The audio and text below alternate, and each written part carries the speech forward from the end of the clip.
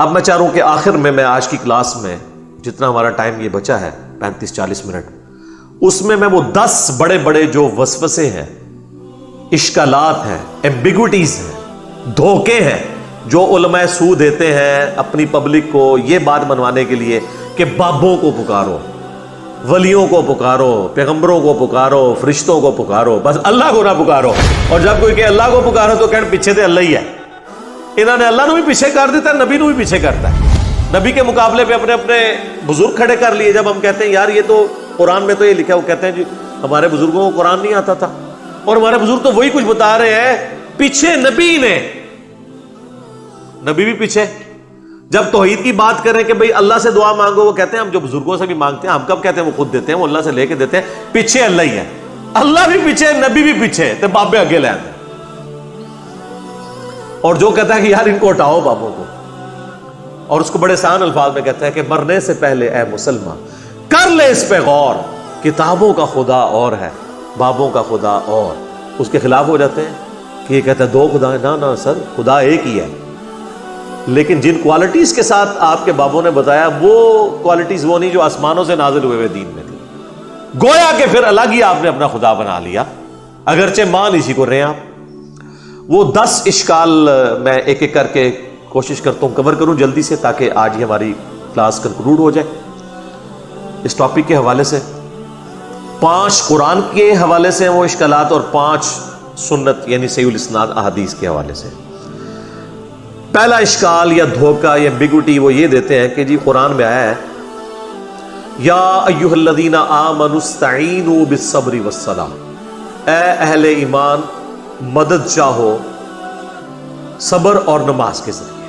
اور یہ پڑھتے آدھی آیت ہی ہے، آگے نہیں پڑھتے کیا لکھا ہوا ہے، اور کہتے ہیں اس سے ثابت ہوا کہ صبر اور نماز تو غیر اللہ ہے، تو آپ غیر اللہ سے مدد مانگ سکتے ہیں۔ تو ہم کہتے ہیں میرے بھائی تو آپ نے خود بھی کبھی نہیں مانگی، کبھی آپ نے کہا المدد یا نماز میری مدد فرمائیے، میری حاجت گیری کیجئے، یا صبر میری مدد فرمائیے۔ وہ خود ہی سوچ میں پڑ جاتے ہیں واقعی ہم نے تو یہ کبھی نہیں کہا۔ تو سر یہ آیت پوری پڑھیں، ان اللہ مع الصابرین، اللہ بے شک صبر کرنے والوں کے ساتھ ہے۔ یعنی صبر اور نماز وہ اعمال ہیں جو وسیلے کے طور پر اللہ تک پہنچنے کا ذریعہ ہے، مدد اللہ ہی سے مانگنی ہے۔ یہ تو ہماری دلیل ہے۔ صحیح بخاری میں نبی علیہ السلام نے جو ایک وظیفہ کیا کرتے تھے وہ رپورٹ کیا ابن عباس نے، وہ کہتے ہیں کہ ابراہیم علیہ السلام کو جب آگ میں ڈالنے لگے تھے نا، ابراہیم علیہ السلام بہت غیرت مند تھے توحید کے معاملے میں، تو انہوں نے اس وقت پکارا تھا حسبنا اللہ و نعم الوکیل، ہم نے اللہ ہی پر بھروسہ کیا، وہی بہتر کارساز ہے۔ اور ابن عباس کہتے ہیں تمہارے جد امجد ابراہیم بھی یہی کہا کرتے تھے، اور تمہارے نبی پہ بھی جب مشکل وقت آتا تھا وہ بھی یہی کہتے تھے حسبنا اللہ و نعم الوکیل۔ سر پورے قرآن میں انبیاء کی دعائیں ہیں کہ اس میں باب بزرگ کچھ بھی نہیں ہے، اور نہ کہیں تعلیم کیا گیا ہمیں کہ بابوں کو ڈال کے، انبیاء کی تعلیمات تو ہمیں سمجھانے کے لیے تھی، ایسا بھی نہیں۔ جامعہ ترمذی میں ایک حدیث ہے، اس کی صحیح سند المستدرک للحاکم میں ہے، اور سنن نسائی الکبریٰ میں، کہ نبی صلی اللہ علیہ وآلہ وسلم ہر مصیبت اور پریشانی میں کہا کرتے تھے یا حی یا قیوم برحمتک استغیث، اے خود سے زندہ ہر چیز کو تھامنے والے میں تیری رحمت کے ساتھ تیری مدد کا سوال کرتا ہوں۔ اگر نون سے پڑھیں گے تو پھر جمع کا صیغہ ہو جائے گا، ہم سوال کرتے ہیں۔ نستغیث بھی درست ہے، استغیث بھی درست ہے، الحمدللہ۔ اچھا اب دوسرا اشکال سنیں جی، وہ کہتے ہیں جی عیسیٰ علیہ السلام کے بارے میں قرآن میں آیا ہے، انہوں نے کہا تھا من انصاری الی اللہ، تو قال الحواریون نحن انصار اللہ۔ حضرت عیسیٰ نے خود مدد مانگی ہے جی غیر اللہ سے، اپنے ساتھیوں سے کہ کون اللہ کے لیے میری مدد کرے گا، اور ساتھیوں نے بھی کہا کہ ہم اللہ کے لیے آپ کی مدد کرنے کو تیار ہیں۔ تو اس کا مطلب یہ ہے کہ حضرت عیسیٰ کے صحابہ جو ہیں وہ حضرت عیسیٰ کے مشکل کشا ہوئے نا پھر تو، یعنی حضرت عیسیٰ نہیں مشکل کشا، ان کے ساتھی ان کے مشکل کشا تھے۔ واہ واہ سبحان اللہ۔ اس کا یہ مطلب ہی نہیں ہے، وہ کہہ رہے ہیں کون اللہ کے لیے مدد کرے میری دین کے کاموں میں۔ اس میں یہاں کا لکھا ہوا ہے کہ ان کے ساتھی فوت ہو گئے تھے اور وہ قبر پہ جا کے کہتے تھے قبروں سے نکلو اور روحانی طور پر جسد امثالی کے ساتھ آ کر میری مدد کرو۔ یہ بھی ایک نئی ٹرم ہے۔ جو دوسری کہنا نا قاسم نوتوی صاحب 6 سال بعد کس طرح نکلے وہ دیوبند کی صلح کرانے کے لیے بیداری میں، وہ کہتے ہیں جسد امثالی کے ساتھ ایک نیا ان کو جسم ملا تھا تو اسے قبر نکلا ہے. اچھا بریلویوں کے بابے نکل آئے تو وہ شرک، دیوبندیوں کے نکل آئے تو توحید. اپنی عقل کا علاج کر رہے ہیں. تو یہ تو بالکل ظاہری اسباب ہے. یہ وہی چیز ہے جو قرآن میں حکم ہے وَتَعَاوَنُوا عَلَى الْبِرِّ وَالتَّقْوَى وَلَا تَعَاوَنُوا عَلَى الْإِثْمِ وَالْعُدْوَانِ. نیکی پرہیزگاری کے کاموں میں ایک دوسرے کی مدد کرو، برائی کے کاموں میں نہ کرو. اس میں تو غیر اللہ کو غائب میں پکارا ہی نہیں جا رہا، نہ مرے ہوئے کو پکارا جا رہا ہے، نہ کسی دور والے کو، جو سامنے موجود ہے. وہ تو سر آپ کافر سے بھی مدد لیں. صحیح بخاری میں حدیث ہے نبی علیہ السلام کی وفات اس حال میں ہوئی کہ آپ کی زرہ گروی رکھی ہوئی تھی یہودی کے پاس اناج کے عوض. تو آپ کافر سے بھی مدد لیں ظاہری اسباب میں. لیکن یہ تو نہیں ہے کہ کوئی فوت ہو گیا ہے اور سامنے موجود نہیں، آپ اس کو مدد کے لیے پکار رہے ہیں. نہیں، وہ نہ آپ کسی جن کو پکار سکتے ہیں، نہ فرشتے کو، نہ کسی پیغمبر کو، نہ کسی بزرگ کو. اور یہ تو حضرت عیسیٰ کے ساتھی تھے نا. اس طرح کی آیت تو قرآن میں نبی صلی اللہ علیہ وسلم کے لیے بھی ہے. سورۃ الاعراف میں آیت نمبر 157 ہے، جس میں اللہ تعالیٰ نے باقاعدہ حکم دیا ہے اہل ایمان کو کہ تمہارا ایمان اس وقت کامل ہوگا کہ جب تم نبی کی مدد کرو گے ان کے دین کے سلسلے میں. فالذین آمنوا بہ وعزروہ، جو ان پر ایمان لے کر آئے پھر ان کی عزت کی، ونصروہ، اور ان کی مدد کی، واتبعوا النور الذی انزل معہ، اور پیروی کی اس قرآن نور کی جو ان کے ساتھ نازل ہوا، اولئک هم المفلحون، وہ ہے فلاح والے. ہم آج بھی نبی علیہ السلام کی مدد کر سکتے ہیں ان کے دین کی اشاعت کر کے. تو اس کا کیا مطلب ہے ہم رسول اللہ کے مشکل کشا ہو گئے؟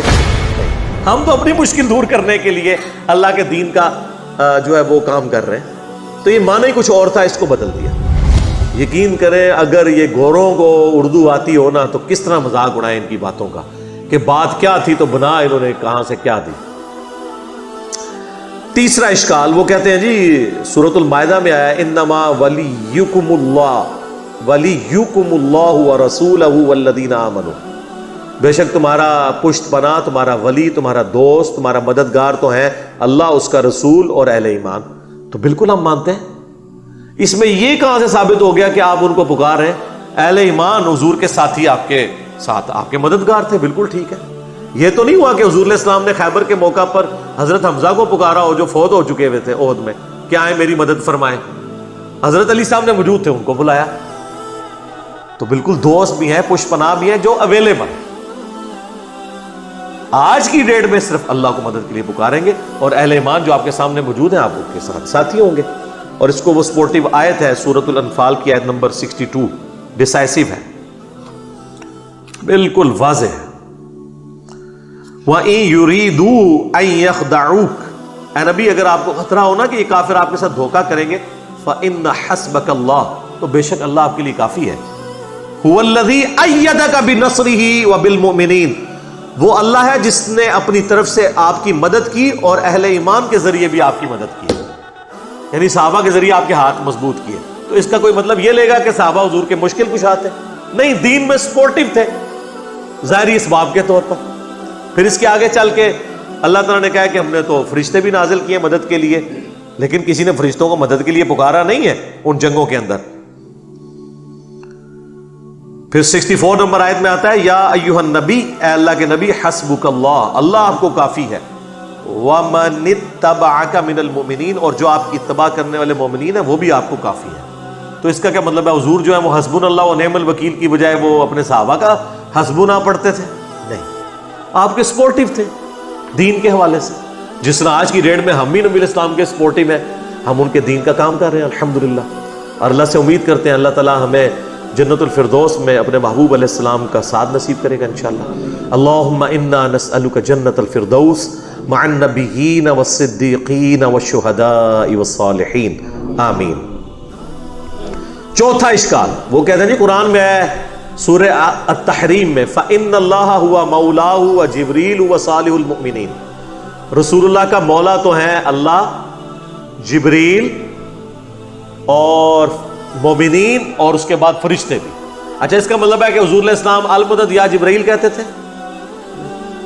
یعنی وہ ان کے پشت پناہ ہیں، جب اللہ تعالیٰ کسی کی ڈیوٹی لگاتا تھا وہ حضور کے ساتھ کام کرتے تھے، آپ کے صحابہ آپ کی خدمت گزاری میں تھے. یہ مطلب ہے، یہ تو نہیں کہ آج کی ڈیٹ میں آپ نے پکارنا ہے نبی علیہ السلام نے کبھی یا جبرائیل المدد کہا ہے؟